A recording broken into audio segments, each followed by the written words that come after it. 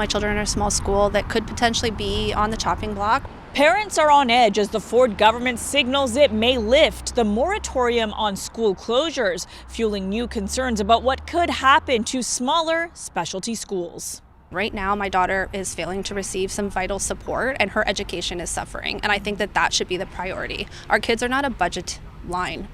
But it is now a real possibility that schools could be closed as a cost-saving measure.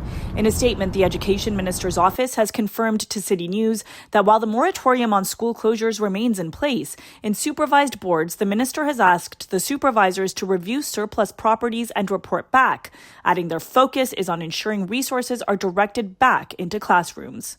Which schools are they? Like, that's the one thing that I'm concerned about is what does he consider as being a surplus school? That's not really clear. And opposition critics are questioning the timing. It's a bit suspicious, if you ask me. They took over the boards and now they're saying, oh, we might close some schools. If we take a look at this government's record when it comes to things like that have anything to do with property, whether that's got to do with surplus government buildings or the Greenbelt or Ontario Place, there's always somebody outside of government who's going to benefit from that sale of that land or that sale of that building.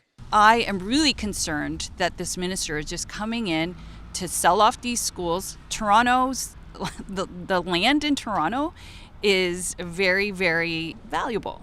The previous Liberal government introduced the moratorium on school closures in 2017 after facing backlash from parents and critics who argued boards were shutting schools to balance budgets rather than based on what was best for students and communities.